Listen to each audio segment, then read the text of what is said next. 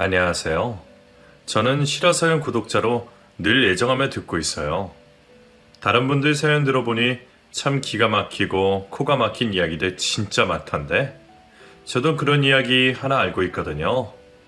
제가 겪은 일은 아니고 저희 시댁 쪽 이야기이긴 하지만 막상 곁에서 지켜보니 세상에 진짜 이런 사람이 있구나 싶은 게 별 희한한 사람 다 있다 싶었어요. 오늘 그 일을 얘기해 보려고 해요. 이야기 솜씨가 미숙하지만 잘 들어주세요. 이 일은 저희 남편의 형인 아주버님과 형님의 이야기예요. 그 두 사람의 이야기를 위해 먼저 남편의 이야기를 먼저 할게요. 남편과 저는 8년 정도 연애하고 결혼을 했는데 저희 둘은 국민학교 동창 사이입니다. 콧물 찔찔 흘릴 때부터 같은 동네에 살면서 함께 국민 생활을 했어요. 그러니 서로 잘하는 모습을 다 알고 있는 사이이죠. 같이 학교를 다닐 때는 그저 장난기 많은 남자애, 수줍음 많은 새침대기 여자애였는데 20살이 넘어 동창회에서 만난 우리는 너무 달라진 서로의 모습에 호감을 느끼게 되었고 연인으로 발전까지 하게 됐어요. 짜잔. 얘들아, 나 시집 간다. 뭐야, 오승현. 너 진짜 강호랑 결혼하는 거야? 결혼하기로 했어. 너희들 내 결혼식에 다 올 거지? 당연하지. 이야, 국민학교 동창회에서 여보 당신 사이가 되다니. 니네 인연도 정말 보통이 아니다. 8년이나 연애했으면 결혼까지 하는 거 당연하지. 승현아, 축하한다. 동창회에서 만나 연애를 시작하고 자그마치 8년을 사귀었어요. 그러는 동안 30이 훌쩍 넘었고 양가에서 결혼 얘기가 종종 나왔지만 선뜻 결정하지 못했었어요. 오래 사귀어서 그런지 결혼 안 하고 연애만 하고 있는 것도 나쁘지 않았거든요. 주위의 친구들도 다들 결혼을 늦게 해서 그런지 저도 긴장감이 없었고요. 연애만 하다가 헤어지는 거 아니냐고 부모님이 걱정하시기도 했는데 그렇게 되면 인연이 아닌 거지 뭐 하고는 좀 태연하게 받아들인 점도 있었던 것 같아요. 그러다가 갑자기 남자친구가 저에게 프로포즈를 했고 그때서야 저도 알았어요. 내가 이 말을 기다리고 있었구나 하고요. 프로포즈를 받는데 눈물이 그렇게 나더라고요. 저도 모르게요. 그날 청혼한다고 멋지게 입는 자켓에 제 눈물 콧물이 다 묻어서 민망했던 기억이 나요. 그렇게 저희는 연애한 지 8년 만에 34살의 나이에 부부가 되었습니다. 연애하는 동안 서로의 양가 어른들을 모두 알고 지냈어요.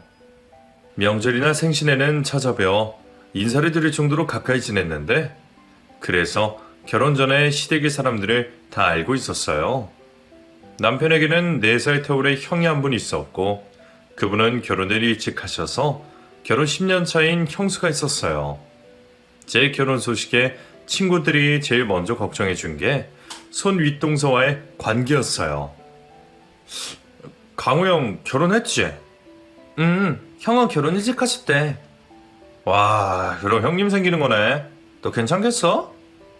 괜찮아. 이미 인사하면서 지냈는데 뭘. 언니 성격 좋아. 그때는 결혼 전이고 결혼하면 얘기는 달라지지. 주위 언니들 보니까 동서지간에 사이 좋은 사람 별로 없더라. 나는 걱정하지 마. 언니 진짜 성격 좋아. 친구들의 걱정에 저는 문제가 없다고 호언장담했어요. 제가 알고 있는 언니는 절대로 사람 불편하게 할 사람이 아니었거든요. 진짜로 결혼 후에도 제가 아는 모습 그대로였고요. 결혼식을 올리고 신혼여행을 다녀온 뒤 시댁에 인사를 갔을 때였었어요. 동서 어서와. 신혼여행 재밌었어? 네, 언니. 우리가 진짜 가족이 됐네요. 그러니까 동서랑 한 가족이 돼서 얼마나 좋은지 몰라. 우리 앞으로 잘 지내자. 네, 언니. 결혼 전부터 쓰던 호칭인 언니라는 말이 자연스럽게 나왔고 그걸 들은 시어머님이 한 소리를 하셨지만 언니는 그런 저의 실수에도 따뜻하게 웃어주면서 저를 챙겨주셨어요. 드라마나 사극에서 나오는 동서간 불화 같은 건 저희에게 해당되지 않는 그런 말이었죠.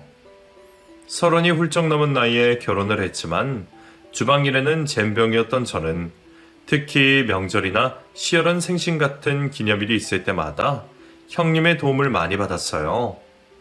서툴어서 도움은커녕 일거리만 만드는데도 인상 한번 쓰지 않고 차근차근 일을 가르쳐주는 자상한 분이셨어요. 그래서 제가 정말 많이 좋아했어요. 집에서 외동으로 자라서 외롭게 컸는데 언니가 생긴 것 같아서 제가 더 많이 따랐죠. 워낙 성격이 차분하고 따뜻한 분이라 아주버님과도 사이가 참 좋았어요. 결혼 10년이 넘은 부부라는 게 믿기지 않을 정도로 로맨틱한 그런 분이셨거든요. 근데 아주버님네는 이제 아이 생각 접으셨대? 아마 그럴걸. 나도 그 얘기는 하기가 어려워서. 형님도 아이 갖고 싶으실 텐데 너무 가슴 아프다. 나도 왜 우리 형한테 그런 일이 생겼는데 속상해. 형님이 일을 하고 있어서 그나마 다행인 것 같아. 전업주부였으면 우울증에 걸렸을걸? 분명 제정신에 버티기 힘들었을 거야. 무엇 하나 빠지지 않는 형님이었어요. 시댁에서 며느리로 아내로 역할을 잘하는 데다 회계사로 일을 하고 있어서 연봉도 꽤 된다고 했거든요. 부족함 없이 늘 여유로워 보이는 형님에게도 드러낼 수 없는 아픔이 있었는데 그게 바로 불임이었어요. 남편에게 듣기로는 처음에는 자연 임신을 기다렸다고 하더라고요. 그러다가 시험관도 해봤는데 매번 실패로 끝나고 도통 임신이 되지 않아 지금은 거의 포기한 상태라고 했어요. 제가 좋아하는 형님인데 그런 아픈 사연이 있다는 말에 정말 많이 안타까웠어요. 그런 와중에 제가 임신이 되어버렸어요. 날짜를 계산해보니 허니문 베이비더라고요. 정말 진짜 많이 기뻤는데 왠지 형님께 알리기가 어려웠어요. 이제나 저제나 말할 타이밍을 보고 있는데 시어머님이 말씀을 꺼내셔서 다 알게 되었죠. 진짜야? 동서 애기 생겼어? 네, 형님. 동서, 내 눈치 볼 거 없어. 좋은 일인데 왜 주눅 들어 있어? 네. 미안해하는 저에게 형님이 괜찮다고 몇 번이나 말해주시는데 정말 마음이 안 좋았어요. 형님도 저처럼 아이가 생겼으면 좋겠다고 마음속으로 얼마나 많이 빌었는지 몰라요. 하지만 제 바람대로 일은 일어나지 않았고 제 배는 점점 불러와 누가 봐도 임산부인 모습이 되어갔습니다. 결혼하고 바로 아이가 생겨서 신혼의 여유를 즐길 틈도 없이 태교에 돌입한 저는 아이를 낳는 게 정말 보통 일이 아니라는 걸 그때 알았어요. 결혼했으니 아이 낳는 게 자연스러운 거고 남들 다 하는 일이니 그냥 하면 되는 줄 알았거든요. 임신으로 인해 따르는 고통이나 불편함들이 있을 줄은 정말 꿈에도 몰랐는데 겪으면서 비로소 알게 되는 거죠. 임신 후기가 되니 먹는 것도 자는 것도 무엇 하나 내 맘대로 편한 게 없었어요. 얼른 출산했으면 좋겠다는 마음이 가득하다가도 출산할 때 그 고통이 또 두려워서 계속 임신한 상태로 있었으면 좋겠다는 생각도 하고 정말 그때 저는 좀 제정신이 아니었던 것 같아요. 그만큼 부담이 많이 됐고요. 정말 세상의 모든 어머니들은 위대한 것 같아요. 물론 아버지도 위대하시고요. 10달의 임신 기간이 지나고 드디어 아이를 출산했을 때 그때의 감동이란 이루 말로 다 표현할 수가 없어요. 아프긴 정말 많이 아팠어요. 30시간을 진통하고 출산했거든요. 진통이 너무 길어져서 친정엄마가 수술하라고 하시는 걸 끝까지 버텨서 자연분만을 했는데 아이가 무사히 태어났다는 말에 통곡을 했습니다. 너무 아팠고 힘들었는데 아이가 잘 태어났다고 하니 안심이 돼서 더 많이 울었어요. 남편도 어린애처럼 질질 짜는데 그 얼굴이 아직도 생각이 나요. 정말 볼만했거든요. 그렇게 저희 아들은 모두의 환영과 관심 속에 세상의 빛을 보게 됐고 모두의 사랑을 받았지만 그 중에서 특출난 한 사람에게 더 뜨거운 관심을 받게 돼요. 바로 남편의 형 아주버님이었죠. 조리원에 들어갔을 때 아주버님과 형님이 아이를 보러 왔어요. 신생아실에 잠자는 아이를 바라보는 아주버님의 시선은 아주 꿀이 뚝뚝 떨어지는 것 같았고 유독 흥분된 표정의 아주버님을 형님이 난처한 표정을 짓고 바라보고 계셨죠. 지수씨, 아무리 봐도 콩아리가 저를 닮은 것 같습니다. 너무 예뻐요. 아이는 아기가 자기 아빠를 닮지 왜 당신을 닮아? 이 사람아, 콩일이도 우리 집시니까 당연히 큰아빠 닮을 수 있는 거지. 네, 아주버님. 확실히 송시집안 사람 같아요. 그렇죠? 콩아리 녀석, 앞으로 내가 진짜 많이 놀아줄게요. 네, 고맙습니다. 아들을 예뻐해 주시니 너무 고마웠어요. 혹시나 마음이 상하지는 않으실까 내심 걱정이 됐는데 그런 모습이 보이지 않으니 한결 마음이 편했고요. 다만 웃고 있는 형님이 마음에 걸리더군요. 저 웃음 뒤에 얼마나 많은 눈물이 있을까 싶은 생각이에요. 뭘 그렇게까지 맘쓰냐고 친정엄마가 말씀하셨지만 아무래도 결혼한 지 얼마 안 됐기 때문에 시댁 식구들 눈치가 보이고 신경이 자꾸 쓰이더라고요. 그런데 아이와 조리원에 태어나고서는 그런 사소한 걱정은 안 하게 되었어요. 머리털 나고 처음 하는 육아는 그야말로 멘붕이었고 잠도 제대로 못 자는 상황에 남 눈치 따위 신경 쓸 겨를도 없게 되더군요. 남편도 그렇고 저도 온 신경이 아이에게 가 있어 한동안은 시댁 일에는 신경도 못 쓰고 아이 키우는 일에 매달리게 되었어요. 그러다가 아들이 100일이 되고 100일 잔치를 하게 되었어요. 가족들만 모아서 소소하게 했는데 아주버님과 형님도 오셨죠. 아이고, 우리 동현이가 큰아빠를 많이 닮은 것 같네요. 모르는 사람이 보면 그 집 아들이라고 하겠어요? 사장어른 눈겐도 그렇게 보이세요? 저도 조카지만 저를 많이 닮은 것 같아서 제 아들 같습니다. 실제로 남편과 아주버님은 시아버님을 많이 닮았는데 제 아들도 그 피를 이어받았는지 비슷하게 생겨 보였어요. 남편을 많이 닮았지만 아주버님은 자기를 닮았다는 인사치레에도 기분이 좋아서 계속 아이를 안고 계시더라고요. 어린아이라도 계속 안고 있으면 팔이 아플 것 같아 내려놓으시라고 해도 굳이 계속 안고 계시면서 아이를 살피시는 모습이었어요. 그 곁에 형님은 아무렇지 않은 척 손님 대접할 음식 차리는 것을 도와주고 계셨고요. 둘의 모습에 시어머님은 마음이 편치 않아 보이셨어요. 왜 안 그러시겠어요? 장남이 자식이 없이 있는 모습이 허전해 보이셨겠죠. 하지만 어쩌겠어요. 의학의 도움을 받아도 별 수 없는데요. 식구들의 도움으로 아이의 100일 잔치는 잘 치루었지만 그날부터 복병이 생겼습니다. 저희 집과 20분 거리에 살고 있는 아주버님이 매주 아이를 보러 찾아오시기 시작하셨거든요. 처음에는 어머님이 챙겨주신 반찬을 가져다 주시러 오셨어요. 아주버님, 제가 가지러 가면 되는데 일부러 오셨어요? 괜찮아요. 지나가는 길인데요, 뭘. 온 김에 우리 동현이도 보고요. 동현이는 뭐예요? 아, 좀 전에 우유 먹고 지금 놀고 있어요. 그래요? 동현이 얼굴 한번 볼까? 그렇게 오신 아주버님은 그날 밤 10시가 넘어서 집에 가셨어요. 퇴근한 남편이 오고 저녁을 먹고 아들 목욕까지 시키는 걸 다 보시고 기어이 본인이 아들을 안아 재우시기까지 했죠. 신기하네요. 아주버님한테 안겨서 잘 자는 것 같아요. 그러게요. 요놈 너무 이뻐서 집에 있어도 아른거려 못 있겠어요.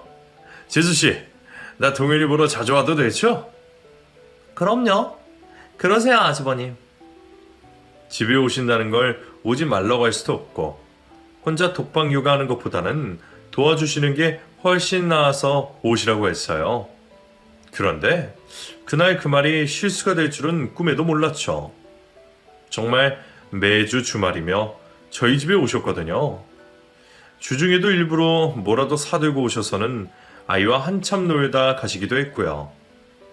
처음에는 그렇게 힘들지 않았어요. 그런데 한 번, 두 번 자꾸 횟수가 늘어나니 점점 부담이 되기 시작했어요. 명색이 시아주버님인데 옷을 너무 편하게 입고 있을 수도 없고, 주말이면 남편과 오붓하게 셋이서 시간 보내고 싶은데 어김없이 아주버님이 끼어 있으니 제대로 쉬지도 못하고 말이에요. 무엇보다 형님도 신경이 쓰였어요. 아이가 예뻐 죽는 남편을 곁에서 보는 게 얼마나 힘드시겠어요. 본의 아니게 제가 그 눈치까지 보게 됐으니 점점 지치더라고요. 무엇보다 문제는 그 불편함을 얘기할 수가 없다는 게 문제였어요. 저희 아들을 정말 물고 빠셨거든요. 좋다고 그러시는데 오지 말라고 할 수가 없었어요. 그러다 시어머님이 한 소리를 해주었죠. 에휴, 정우야. 아무리 조카가 예쁘도 그렇지. 둘째가 얼마나 불편하겠니? 안 그래도 애 본다고 정신이 없을 텐데. 네 동생네 자주 가지 마. 재수씨, 불편했어요? 네? 아니요. 거 봐요. 재수씨는 괜찮다는데. 인서가 언제 철들래? 시어머님의 잔소리를 듣고 나서는 평일에 찾아오시는 일은 줄었어요. 대신 주말마다 오셨고, 저희가 선약이 있을 때는 저녁이라도 오셔서 꼭 아들을 보고 가셨어요. 아주버님의 유별한 조카 사랑은 쭉 이어졌고요. 워낙 자주 찾아오시다 보니 아들도 얼굴이 익숙해져서는 큰아빠한테 곧잘 안겨있구나 하더니 저들이 다 되어갈 즈음에는 아들을 아예 자기 집으로 데리고 가서 하룻밤 재우고 오기도 하고 그랬어요. 시숙이 아이를 데리고 가서 재운다고 하니 친정어머니가 뭐라고 하시더라고요. 아직 돌도 안 된 아이를 밖에서 재운다고요. 워낙 어릴 때부터 육아를 같이 해서인지 남편보다 더 아이를 잘 보는 시숙이니 그런 걱정은 말라고 했지만 저도 썩 유쾌한 기분은 아니었어요. 솔직히 평범한 모습은 아니잖아요. 분명히 저희 아들인데 마치 본인 아들인 것처럼 하시니 불편한 마음이 드는 건 사실이었죠. 그런데 어쩌겠어요. 남편도 저에게 이해해달라고 부탁을 하니 별 수 없이 제가 한 수 접고 갈 수밖에요. 조카를 향한 아주버님의 사랑은 한동안 계속되었어요. 끝나지 않을 것 같던 유별난 사랑도 차츰 끝이 있더라고요. 서서히 저희 집으로 발걸음을 줄이시더니 한 달에 2번 정도 놀러 왔다가 아들을 보고 그날 집으로 가시게 되는 정도로 바뀌었어요. 드디어 평범한 큰아빠의 행동을 하시니 안심이 되었어요. 흡사 집착 같은 짝사랑이 끝난 것 같아서 얼마나 다행스러웠는지 몰라요. 그런데 몇 달 뒤 형님에게서 커피 한잔 하자는 전화가 왔어요. 오랜만에 둘이 보는 거라 저도 반갑게 자리에 나갔죠. 동서, 잘 있었어? 형님, 밖에서 보는 거 진짜 오랜만인 것 같아요. 그동안 잘 계셨어요? 나야 뭐 일하고 집에서 쉬고 일상이 똑같지 뭐. 그러셨구나. 집에 한번 놀러 오시지 그러셨어요. 요즘 통 안 오셨잖아요. 한번 갈게. 일상적인 안부 인사를 나누는 중에도 왠지 기운이 없어 보이는 형님의 모습에 의아한 생각을 하고 있던 차에 형님이 깜짝 놀랄 얘기를 하셨어요. 동서, 나 이혼해. 네? 이혼이요? 왜요? 갑작스러운 소식에 저는 화들짝 놀랐고 영문을 몰라 무슨 일이 있었는지 재차 물었어요. 잠시 망설이던 형님은 이유를 알려주셨는데 너무 기가 차서 말이 안 나오더군요. 그 사람이 바람이 났어.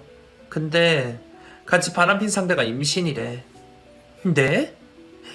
임신이요? 형님은 제 앞에서 고개를 숙이고 눈물을 흘리기 시작하셨어요. 울음을 찾아내는데 터져나오는 소리에 제 가슴이 더 미어지더군요. 저는 형님의 손을 잡고 함께 울기 시작했어요. 그렇게 한참을 둘이서 눈물을 흘리며 앉아 있었어요. 울음을 그치고 얘기를 들어보니 아주버님이 골프 동호회를 얼마 전에 가입하셨는데 거기서 만난 여자라고 하더군요. 만난 지 몇 개월 되지 않았는데 술김에 잠자리를 하게 됐고 그게 임신까지 됐다면서 형님 앞에서 무릎 꿇고 비셨대요. 자식이 없는 아주버님은 상간녀가 임신한 아이를 포기할 수 없다고 하셨고 그래서 형님이 이혼을 결심하셨다고 했어요. 제가 당한 일이 아니었지만 이 배신감이 치밀어 오르더군요. 어떻게 형님에게 이런 배신을 할 수가 있는지 지금까지 알고 있던 아주버님이 아닌 것 같았어요. 형님, 이렇게 물러선다고요? 그동안 형님이 시집와서 어떻게 했는데 이건 아니죠. 고소해요. 그냥 쉽게 이혼해주면 안 돼요. 동서, 나 지쳤어. 사실 그 사람 동선의 집에 찾아갈 때마다 나 너무 비참했어. 이제 그렇게 안 살래. 내 인생 너무 소중해서 더 이상은 힘들게 하기 싫어. 나도 사랑받으면서 떳떳하게 살고 싶어. 그 첫걸음이 이혼이야. 형님은 눈물을 흘리며 그날 저에게 많은 이야기를 꺼내놓으셨어요. 결국 지난 10년의 결혼 생활이 전부 무덤과 같은 시간이었고 버텨내던 시간이었다고 고백하면서요. 그리고 몇 주 후 형님은 이혼 도장을 찍고 마셨어요. 이 모든 사실을 알게 된 시댁은 발칵 뒤집혔어요. 하지만 시부모님도 어찌하실 수가 없더군요. 이미 두 사람은 이혼을 결정했고 그 사실을 통보하는 거였으니까요. 게다가 상간녀의 뱃속에 아주버님의 씨가 들어있다고 하니 시어머님도 생각이 많아 보이셨고요. 그렇게 송씨 집안의 맏며느리 자리에 새로운 사람이 들어오게 되었어요. 아주버님보다 10살이나 어린 저보다도 어린 형님이 들어오게 되었죠. 정말 착하고 착한 우리 형님을 쫓아내고 그 자리를 꿰찬 상간녀는 교양이라고는 눈꼽만큼도 볼 수 없는 그런 사람이었어요. 뱃속의 아이 때문에 혼인신고를 바로 한 두 사람은 이혼한 지 얼마 되지도 않았는데 결혼식 준비에 들어갔어요. 결혼식은 올리고 살아야 된다며 상간녀가 생떼를 썼거든요. 그래서 이혼 서류에 잉크가 채 마르기도 전에 결혼식을 올리더군요. 그리고 자기가 형님이라는 걸 저에게 유세라도 부리듯 처음 혼인신고를 하자마자 저에게 말을 놓았어요. 내가 형님이니까 말라도 되지? 동서도 적응이 안 되겠지만 내가 임신해서 말이야. 당분간 서로 불편하더라도 내 앞에서 조심 좀 해줘? 이렇게 말하는데 어이가 없어서 말이 안 나오더군요. 뭐 이런 여자가 다 있나 싶고 상간녀 주제에 아기 가진 걸 유세 떠는 모습이 참 가관이었어요. 하는 짓이 예뻐도 보통 예뻐야 말이죠. 마주보고 있는 것만으로도 채기가 느껴지는데 말도 섞기 싫었습니다. 우리 형님이 이 여자 때문에 얼마나 힘들었는지 제가 다 알잖아요. 잘 지내고 있는 부부를 찢어지게 하고 10년 동안 쌓아올린 결혼 생활을 모두 무너뜨린 장본인을 앞에 두고 보는데 제 피가 거꾸로 솟는 것 같았어요. 저도 그런 기분이 드는데 떠나간 형님은 어떤 기분이었을까? 상상도 안 됐어요. 또 서운한 게 하나 더 있었는데 바로 시어머님의 태도였어요. 이미 애아빠가 돼서 눈 돌아간 아주버님은 어쩔 수 없다 치더라도 어머님은 그러시면 안 되잖아요. 마치 아주버님이 초혼이신 마냥 그 상간녀를 반기고 챙기는데 제가 다 배신감이 들 정도였다니까요. 만약에 나도 형님처럼 그런 상황이 되면 얼마든지 내 자리에 새로운 여자를 반기겠다 싶어서 시댁에 가는 것도 싫어졌어요. 그런 제 속마음을 남편에게 그대로 전했고요. 나 이번에 어머님 새로 봤어. 형님이 그동안 시댁에 얼마나 잘했는데 마치 형님은 원래 없었던 사람처럼 대하시잖아 어머님이. 어쩌겠어. 이미 둘이 합의해서 이혼해버렸는데 어머니도 많이 서운하시대. 아무리 그래도 이혼 도장까지 찍고 나서 어머님께 얘기하는 건 아니잖아. 형님이라고 부르고 싶었겠어? 그럼 어떡해. 아주버님이 떡하니 밖에서 아이를 가지고 나타나셨는데. 괜히 저희만 아주버님 때문에 부부싸움을 하게 됐어요. 아니, 시부모님도 혼란스러우셨겠죠. 어쩔 수 없이 혼란스러움은 감춘 채 세 사람을 맞이하셨겠지만 이 모든 상황의 원인 제공을 한 아주버님은 이러쿵저러쿵 말없이 해야 할 일을 하실 뿐이었어요. 본인이 다 일을 벌려놓고선 멍하니 혼이 나간 사람처럼요. 저는 그런 모습조차도 꼴보기 싫었어요. 자기가 벌린 일인데 왜 본인이 상처받은 것 같은 모습을 하고 있는지 가증스럽게 말이에요. 새로운 형님은 상간녀는 상잔이 따로 섰습니다. 뱃속의 아이를 핑계로 시댁에 있는 모든 행사에서 열애였어요. 명절이나 제사도 마찬가지.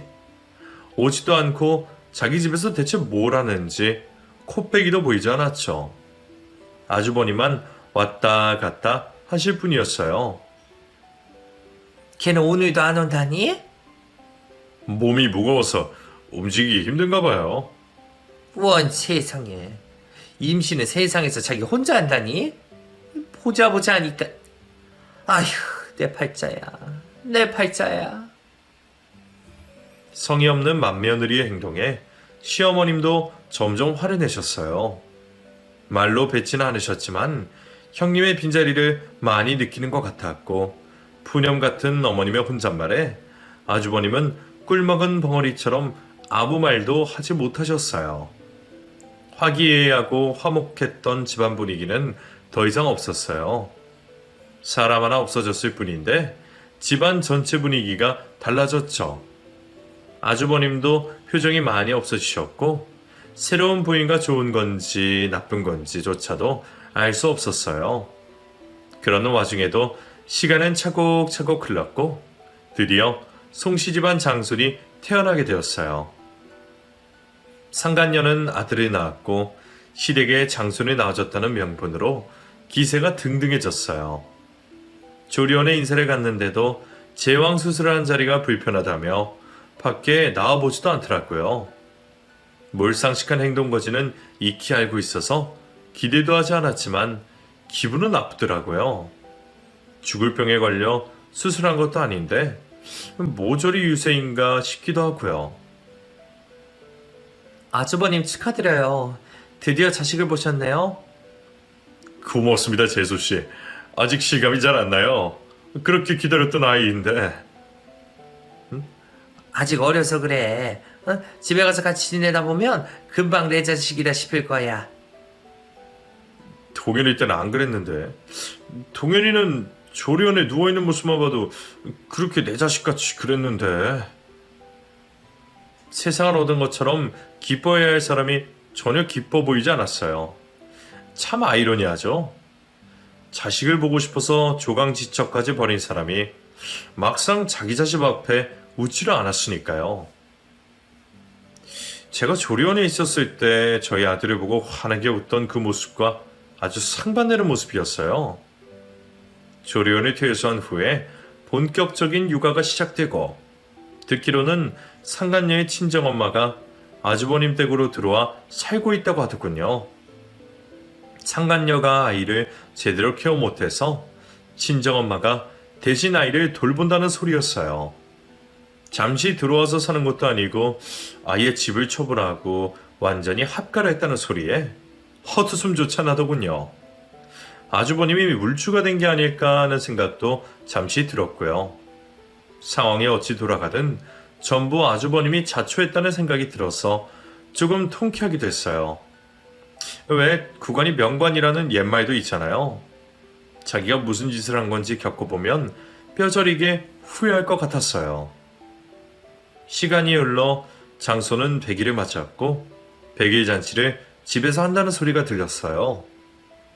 날짜에 맞춰서 아주버님 댁에 다 같이 모이게 되었고 멋들어지게 차려놓은 백일상과 파티장을 연상시키는 드레스 복장에 인상이 찌푸려졌어요. 백일잔치 주인공이 아이가 아니라 상간녀 같더라고요.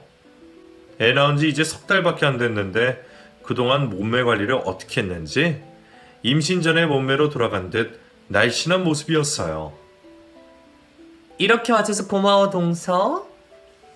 동욱이 100일 축하드려요, 형님. 고마워. 선물은? 설마 빈손으로 온 건 아니지?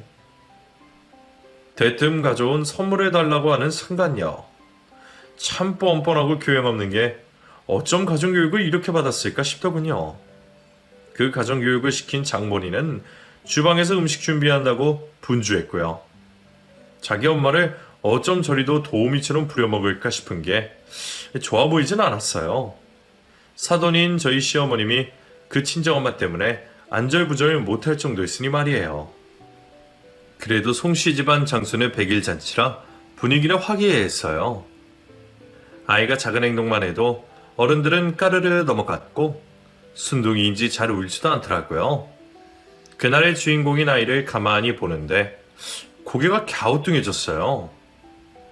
자기야, 근데 어찌 동욱이는 송씨 집안 핏줄로 안 보인다. 그치?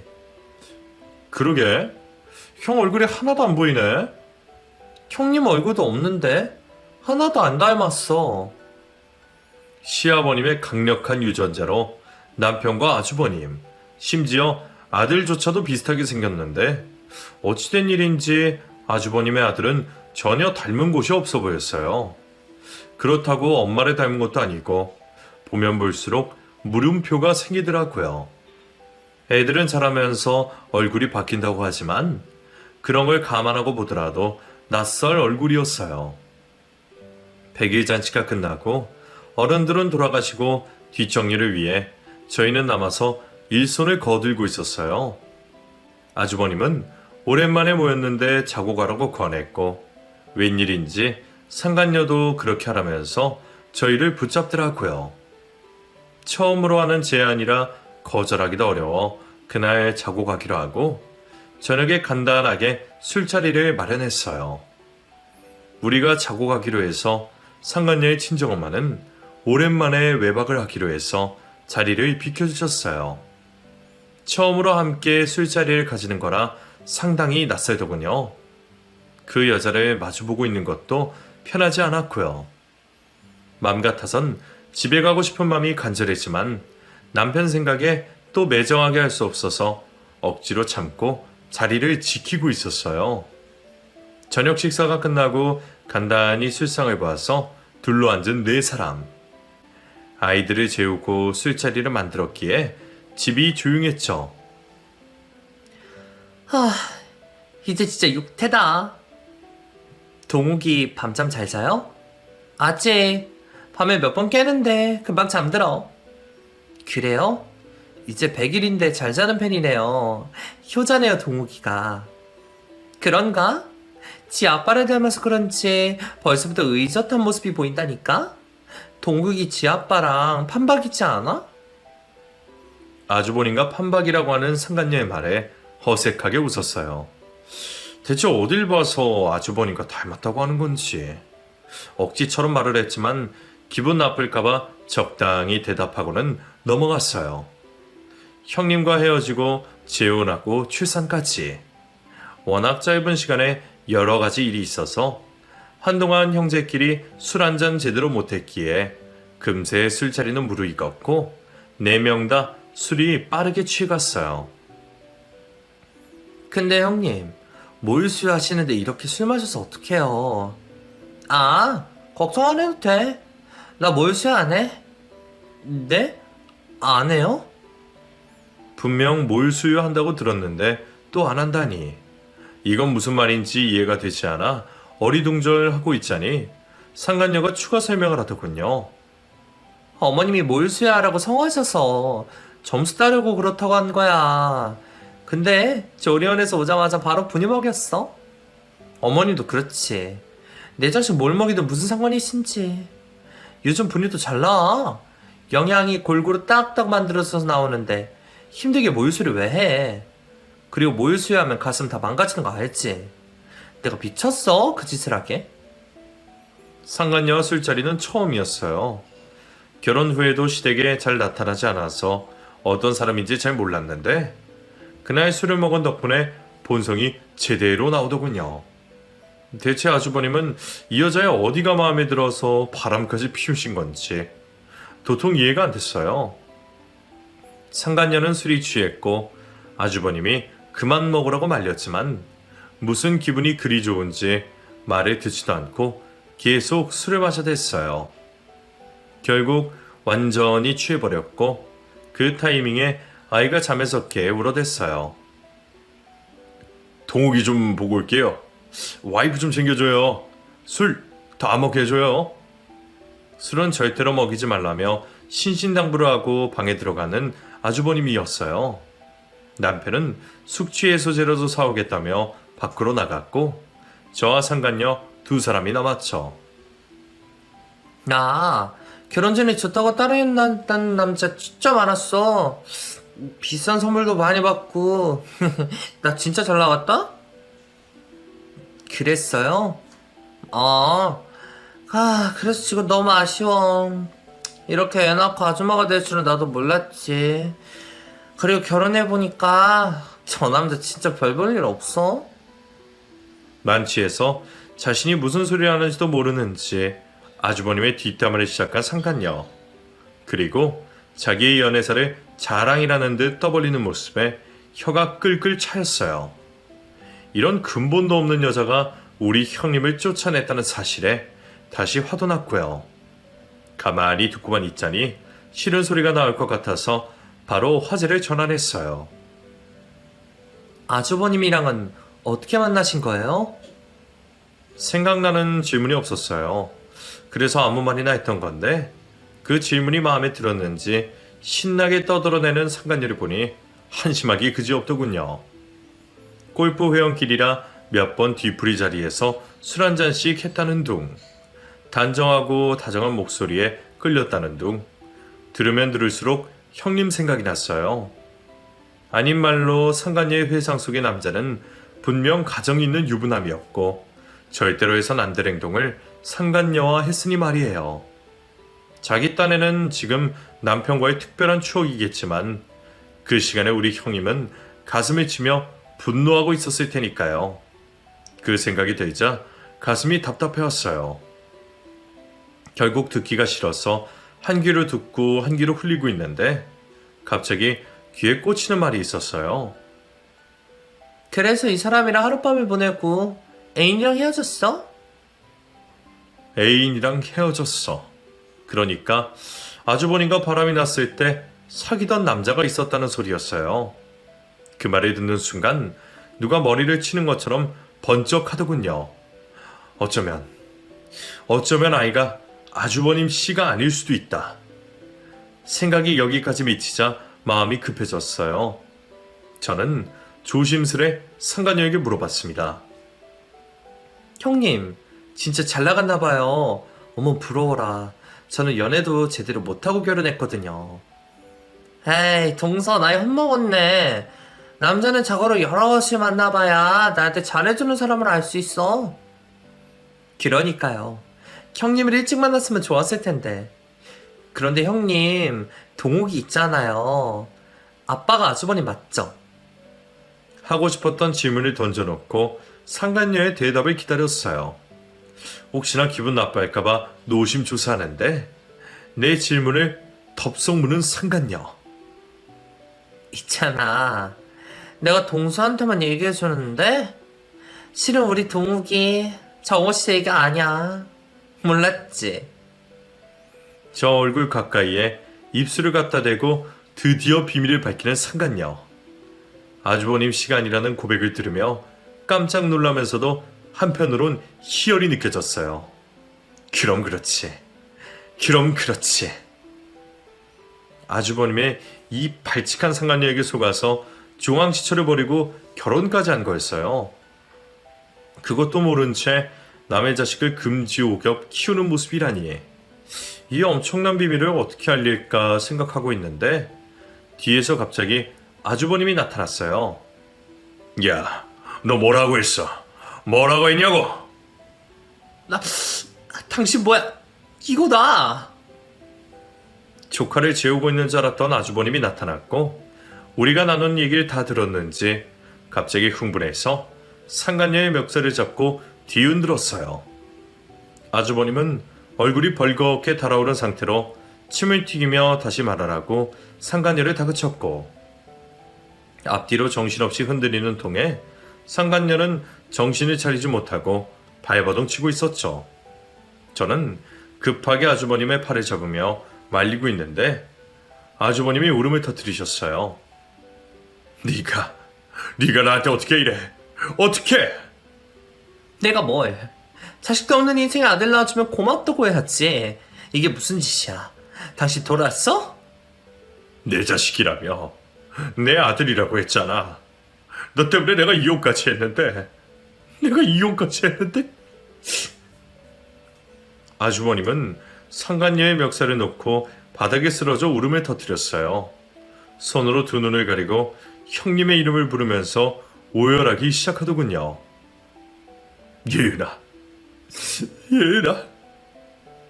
아주버님 진정하세요. 아주버님. 저는 급한 대로 아주버님을 달랬어요. 그러던 중에 갑자기 상간녀가 구역질을 하더군요. 그리고 곧이어 바로 옆에서 먹은 걸 다 토해냈어요. 다 토해내고는 골아떨어진 상간녀. 한 사람은 드러누워 울고 있고 한 사람은 토하고는 잠들어버린 상황. 저는 너무나 황당한 상황에 어쩌지를 못하고 서 있는데 마침 편의점에 갔던 남편이 들어왔어요. 뜻밖의 장면에 남편도 당황했는지 뭐라 말도 못하고 눈으로 저에게 묻더군요. 그런 남편에게 저도 할 말이 너무 많아 말도 못하고 고개만 가로저었고요. 그날 그렇게 모든 비밀이 탄로가 나고 아주버님은 상간녀를 고소했습니다. 이 상황을 알게 된 시댁도 발칵 뒤집혔고요. 시어머님은 충격에 쓰러지셔서 한동안 일어나지도 못하셨어요. 나중에 자세한 내막을 들어보니 아이가 생긴 걸 알게 된 아주버님이 아이만 데리고 와서 같이 키우자고 하셨대요. 하지만 모든 상황에 이미 지친 형님이 이혼을 요구했고 아이를 포기할 수 없었던 아주버님도 이혼을 받아들이신 거고요. 상간녀에게는 애당초 애정도 없었는데 아이 때문에 결혼까지 감행했던 아주버님은 결국 모든 걸 잃고 마셨어요. 상간녀와는 결혼 무용 소송으로 관계를 끝내버렸어요. 친자 검사까지 해서 친자가 아님이 밝혀졌고 그 아이도 상간녀가 데리고 가버렸죠. 위자료 청구도 했는데 여자가 돈이 없다고 버텨서 그건 그냥 넘어간 것 같아요. 아주버님도 더 이상 엮이기 싫다고 생각하신 것 같았어요. 아주버님은 모든 상황을 정리하고 용기를 내 형님을 찾아가셨는데 형님은 받아주지 않았어요. 저라도 인연을 끊었을 것 같아요. 배신 전문에 이기심이 전부인 남자와 누가 다시 시작하고 싶겠어요. 평생 혼자 사는 게 더 낫지 말이에요. 형님은 이혼을 해서 송씨 집안을 떠났지만 저와는 계속 안부를 주고받으며 지내고 있어요. 얼마 전에 좋은 소식이 들렸는데 드디어 형님이 재혼을 한다는 소식이었어요. 그리고 임신을 했다는 소식도요. 좋은 관계를 가지고 있던 분과 둘 사이에 아이가 생겼대요. 그래서 결혼하기로 결심했다고 소식을 전해주는 형님은 결국 울음을 터뜨리셨어요. 배신과 억울함 때문에 서럽게 울었던 형님이 기쁨의 눈물을 흐리시는 걸 보고 꼭 행복하게 사시라고 빌어줬어요. 재혼하는 그분은 부디 형님을 끝까지 품어주시길 간절히 빌었어요. 형님의 임신 소식과 더불어 알게 된 새로운 사실이 있어요. 자식을 계속 가지지 못했던 이유가 실은 우리 아주버님에게 문제가 있었다는 것. 그래서 둘 사이에 아이가 없었다는 사실이에요. 아이를 갖지 못하는 남자인데 상간녀가 그 남자의 아이를 임신했다니. 정말 말도 안 되는 일이었던 거죠. 결국 자기 욕심 때문에 패망한 사람이 저희 아주버님이에요. 형님과 재결합을 원했던 아주버님은 원하는 대로 하지 못하고 지금은 혼자 지내고 계세요. 상간녀에게 당한 배신이 컸던 모양인지 그 뒤론 여자들을 쳐다도 보지 않고 오매불망 형님이 돌아오기를 혼자서 기다리고 있어요. 차마 기다리는 사람에게 임신과 결혼 소식을 전할 수 없어서 모른 체 하고 있는데 아주버님도 이제는 마음 접고 새 출발하셨으면 좋겠네요. 제 이야기는 여기까지입니다. 긴 이야기 들어주셔서 고맙습니다.